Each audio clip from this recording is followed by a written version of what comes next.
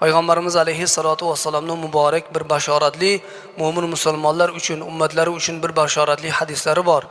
Hazrat Payg'ambar alayhissalom aytdilarki, qaysi bir musulmon erkak yoki musulmon ayol juma kunida yoki juma kechasida vafot qilsa, Alloh subhanahu va taolo o'sha bandani, ya'ni o'sha muslim va muslimani Alloh taolo qabr azobidan xalos qiladi.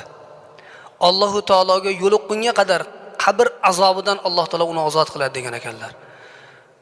Mo'min musulmonlar uchun eng katta Payg'ambar alayhissalatu vassalamning ulug' bashoratlaridan biri mana bu hadisdagi aytilgan qaysi bir insoniki agar juma kunida vafot qilsa, kunduzi bo'ladimi, kechasimi, bu ba'zi ulamolarimiz aytgan ekanlarki, husnul xotimani belgisi degan ekanlar. Ya'ni xotimasi chiroyli bo'lishligini belgisi juma kuni yoki kechasida vafot qilishlik degan ekanlar. Shunga yo'ygan ekanlar.